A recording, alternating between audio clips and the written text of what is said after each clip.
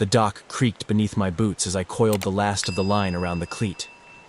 Dusk had fallen like a slow breath over the lake, painting the horizon in bruised purples and steel gray.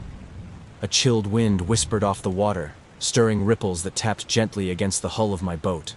The harbor lanterns behind me flickered, their reflections stretched across the surface like silver scars. Mike should have been back hours ago. I stepped down into the boat, the wood groaning faintly under my weight. My fingers, stiff from the cold, found the toggle on the radio. I turned the knob slowly, static hissing back like a warning. Then, through the white noise, a voice. "Lena?" My heart punched my ribs. The signal was weak, distorted. But it was my name, spoken with trembling uncertainty. I grabbed the mic. "Mike?" I whispered. "Is that you?" More static. Then, another voice, a different one. Urgent, desperate. "Help me, Lena!"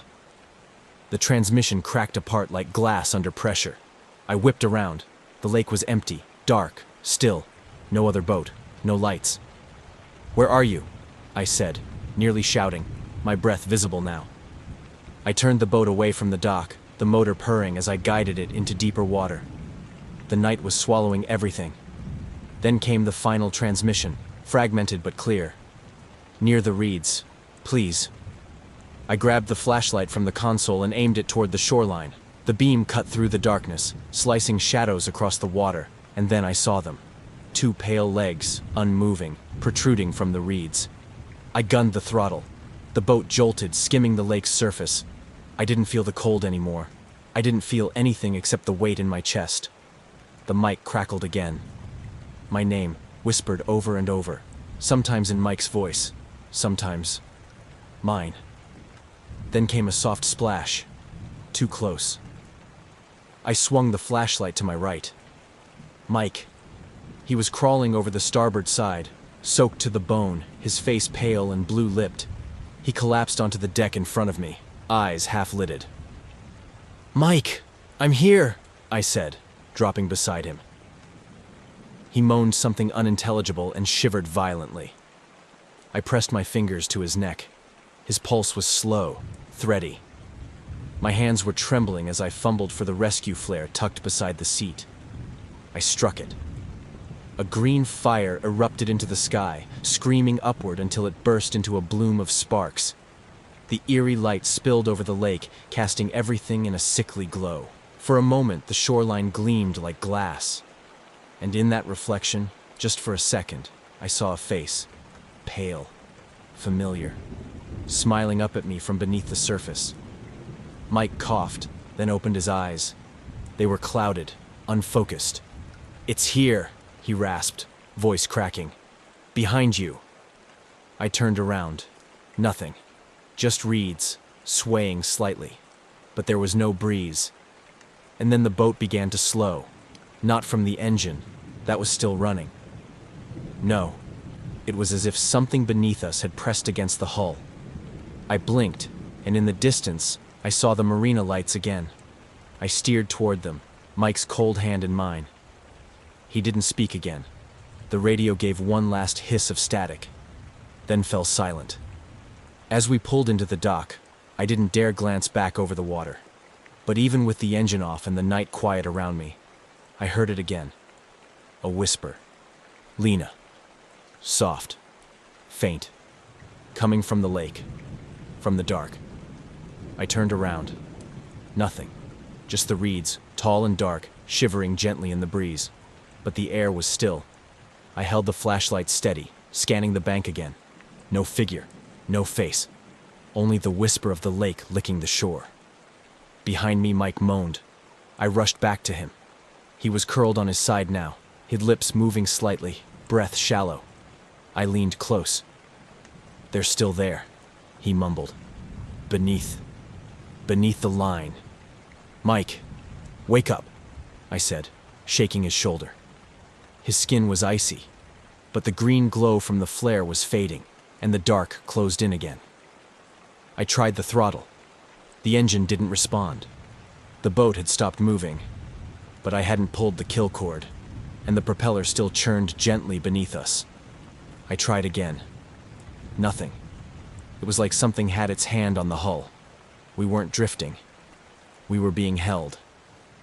"Hold on," I whispered, more to myself than to him, and grabbed the anchor. I dropped it with a splash, praying it would catch something solid. The line tugged tight almost instantly, but the boat didn't rock. It just halted, like a puppet with its strings yanked taut. I turned Mike onto his back. Something slipped from his jacket and landed with a dull, wet thud on the floor. A notebook, bloated with lake water, its pages peeling apart like the skin of an old fruit. I picked it up. The ink was smeared, but I could still read a few words. Names, coordinates, jagged sketches of the lake's outline. Several spots marked with X notes scribbled beside them. July 6th, faint voices. Sylvie, same dream, and over, in cramped, frantic handwriting, the word Sylvie. Who was Sylvie? I turned the page. More of the same. Dates, circles, a scrawled compass. The pages grew harder to decipher the deeper I went, like someone had written while shaking in a storm. On the back cover, a smear of ink shaped like a handprint. Then I heard it. A splash. Not near the reeds. Closer. Much closer. I shot the flashlight toward the edge of the boat. Nothing. Just the dark ripples settling in again. I stepped carefully to the side, holding on to the railing. Silence. "Mike," I whispered, "did you write this?" He didn't respond. I looked down again at the reeds. They stood there still, frozen like statues. Even though the boat was near them, even though I could feel something pulling the anchor line taut, they didn't move with the water's rhythm. They only quivered, like they were breathing on their own. I heard another noise, but not from the water this time. From the notebook. A hiss, barely audible, escaping from between its pages. My fingers tingled as I flipped it open again. On the inside cover, new letters had begun to bleed through the soggy page, like the ink had shifted on its own. Just 3 words. "She remembers you." I stared, breath held. Another splash. Behind me this time. I didn't turn. I couldn't. My skin had gone cold all over. I crouched beside Mike, clutching the notebook, and listened. Just the lake. Just the stillness. But something was out there. Watching. Waiting. The reeds didn't move. But I knew. Something else did. By morning, the mist hadn't lifted. It hung low over the lake like a second skin, clinging to the air, dampening every sound. Mike hadn't stirred much through the night. He shifted in his sleep, muttering words I couldn't make out, clutching the edges of the soaked blanket I'd wrapped around him. I sat with the notebook in my lap, pages fanned out on the bench, trying to make sense of it all. It wasn't just scribbles anymore. Not once I saw the patterns. The X's were all over the lake, marked with dates spanning back years. Names filled the margins: Emily, Jonah, Kai, Sylvie.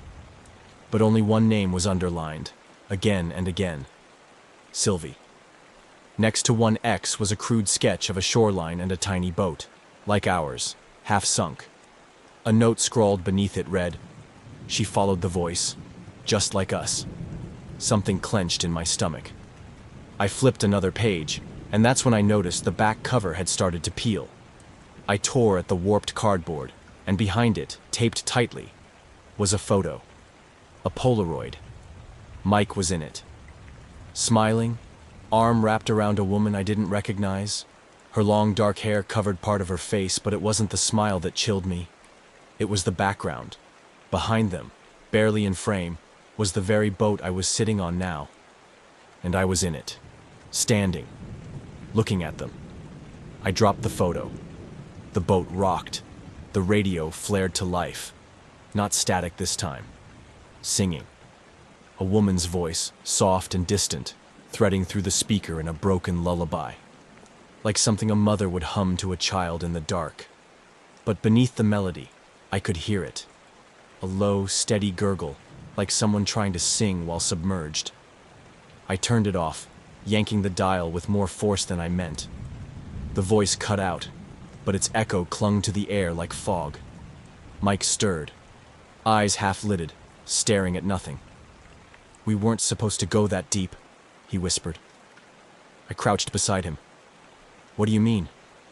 His lips parted, but his eyes rolled back again. I didn't wait. I tore the notebook open to the first marked location, the one nearest to our current spot, a small inlet on the east bank, near the tree line. A red X circled twice. Scribbled beside it, 1. Frogs go quiet. I looked toward the reeds. The water beyond them was glass still, no wind, no movement. Something was pulling us deeper into this, into her. I didn't understand it, but I knew this. I had to see what that first mark hid. Not tomorrow, not later. Now. By late morning, the fog had started to lift, revealing a pale sky with no warmth. The lake looked different now. Less like water, more like a giant sheet of cracked glass waiting. I followed the map to the first marked spot. It led me to the far eastern edge, where the trees bowed low over the water, their reflections jagged in the still surface. The place was labeled with a single word in the notebook: Lily.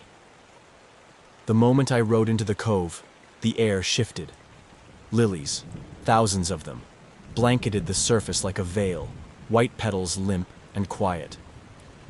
I dipped my oar to push through, and the moment it touched water, a wave of frogs leapt from the pads all at once. It startled me enough to pause. The water settled again, and then stillness. No wind, no sound, not even a bird, just the muffled creak of the boat as it drifted deeper into the lily-choked bay. Then, a thud from beneath. I froze. Nothing again.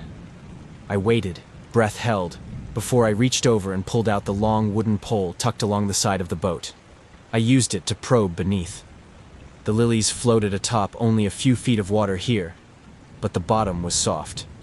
Mud and something else. The pole caught on something solid. I pushed, then pried gently until it dislodged with a thick slurp of air bubbles. A black object bobbed up.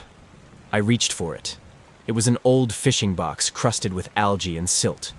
I hauled it in and opened the rusted latches with trembling fingers. Inside were the last things I expected. A faded, waterlogged teddy bear. A few plastic bracelets, the kind kids wore at summer camp. A pink shoelace, knotted 3 times. And then, tucked beneath the bear, another Polaroid. The same woman. The one with Mike. But this time, she wasn't alone. She was standing in the foreground, smiling wide at the camera. And in the background, across the dock, caught perfectly in focus, was me. Staring. Not at them. At the lake. I felt a coldness in my chest as I turned the photo over. Something was written on the back in faint blue ink. She didn't swim. She just sank. A hiss of static burst from the radio beside me. I hadn't touched it. I reached for it slowly, and as I did, my voice, whispered through the crackle. Don't leave her. The hair on my arms lifted. I twisted the volume dial down, but it didn't stop. The whisper came again. Don't leave her. I grabbed the notebook, flipping pages. Nothing explained this. Nothing made sense. But the photo, the bear, the bracelets, the voice, they were here. Sylvie. I stared down into the water. My reflection stared back, still, silent. And for a split second, I saw another face beneath mine, smiling, just like before. Mike was different that evening. The sun dipped low behind the trees, and the lake glowed red like a blood vessel lit from within. We hadn't spoken much since I returned from the lily bay. He just lay there under the blanket, unmoving, until suddenly, his eyes opened. Wide, clear, focused, and he spoke. It started with the drownings, he said. His voice was rasped but steady, like it had been waiting beneath layers of fog and water. I didn't speak. I just listened. No one ever reported them, not officially. But I kept seeing the same names, same stories, people who went under, then came back. But they weren't the same. He turned to look at me. I'll never forget how hollow his eyes were in that moment. I saw you 2 nights ago, he whispered. I was out there. The engine had stalled. You were standing on the water, just past the reeds. Not in the water and on it. You were smiling. But you were home, Lena. You were asleep. I didn't know what to say. My mouth was dry. Mike continued, his hands now trembling. She mimics. The lake mimics. Reflections, voices, pieces of us. She waits until we're close enough, then takes what she needs. He sat up suddenly. Sylvie was real. I met her at camp when we were teenagers. She drowned one night while we were all asleep. But I saw her last year, at the same dock. She waved. She smiled. And she whispered my name through the lake, like it never stopped. The air around us grew cold. The water stilled again. I reached for the notebook, flipping back to Sylvie's page, and the date Mike had scribbled beside her name. It was last week. She doesn't want you here, he said, voice strained. The more you go to those marks, the more she knows you. A sharp knock rang out, the sound of something hitting the hull from below. Mike flinched. Promise me you won't go to the next spot, he said. Promise you'll burn the notebook. Leave the lake. Please, Lena. I didn't answer him. Not because I didn't want to, but because I couldn't. In that moment, I felt like I wasn't in my body at all. Like I was watching someone else sit in my skin, hearing the wind whisper my name through the trees behind us. That night, I fell asleep on the deck, arms wrapped around the blanket Mike had used. The boat rocked gently, the water calm, the sky cloudless. When I woke, Mike was gone. Not a sound, not a ripple, just his side of the deck empty and dry. The notebook was still there, lying open beside me, a new page now exposed, with a fresh inked line beneath the heading for the next location. It simply read, "Return alone." By the time the sun rose, I was already drifting, not by choice. The motor was silent, untouched, yet the boat had glided into the center of the lake like something had taken hold of it during the night and guided it while I slept. The water around me was flat and black, a perfect mirror. No ripples, no wind. Even the birds had vanished. I stood slowly. No oars in hand, no direction.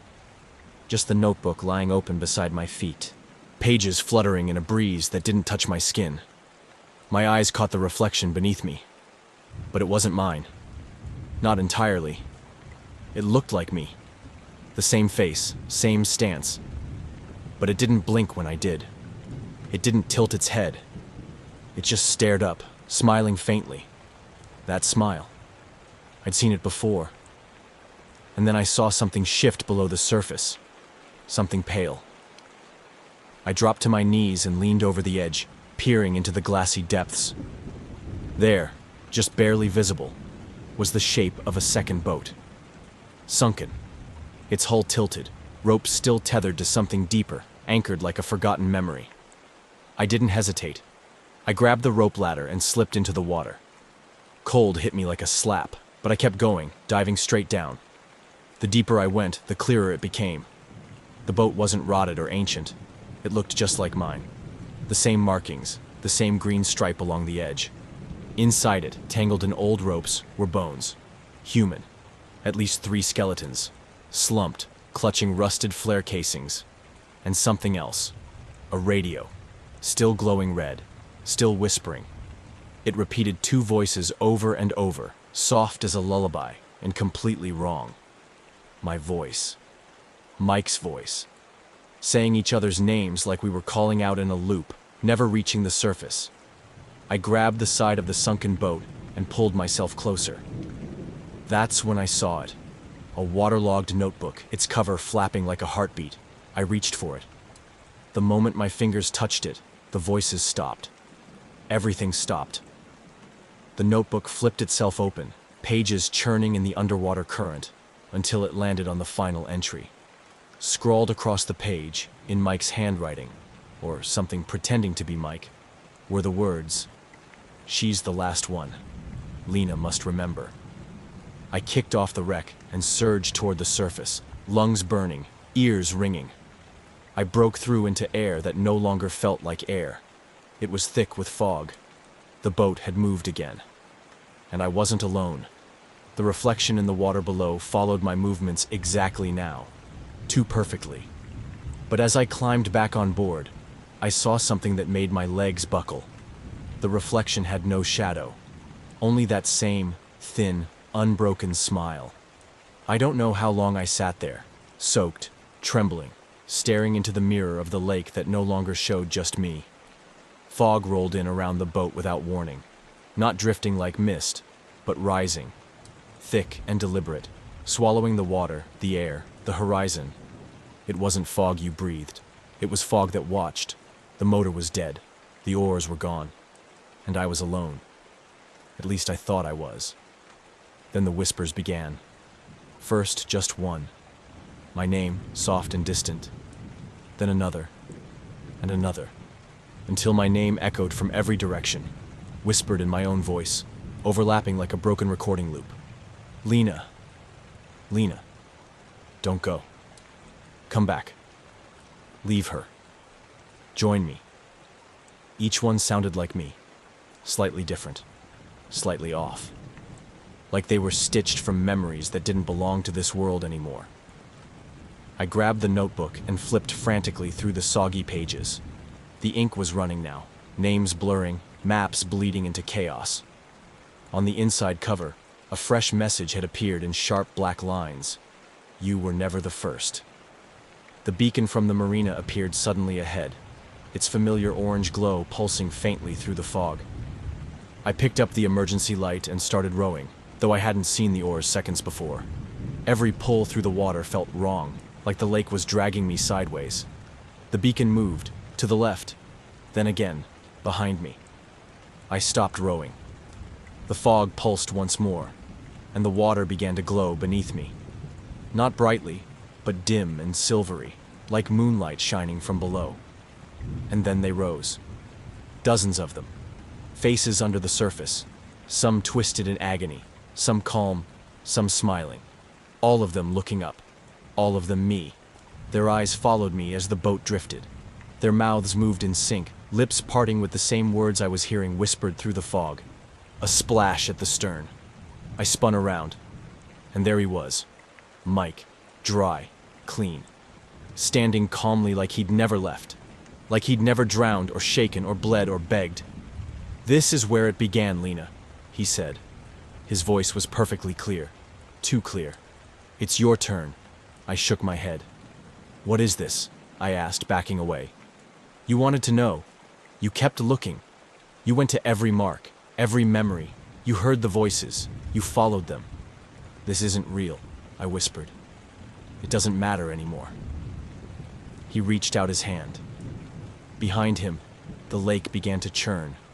The faces in the water rose higher, almost touching the boat now, expressionless and waiting. Then I saw her. Sylvie. Standing in the water beside the boat, soaked hair covering half her face, one arm cradling the teddy bear from the box. Her mouth moved, but no sound came.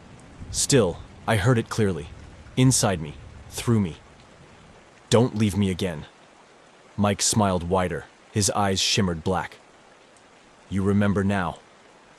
The radio crackled to life one last time, my voice, clear and calm. Welcome back, Lena. And the lake pulled me under. The notebook was found floating near an empty boat the next day. Pages missing, names blurred. No Lena, no Mike. Only a single waterlogged Polaroid of a woman smiling beside another woman in the background. Both faces were Lena's.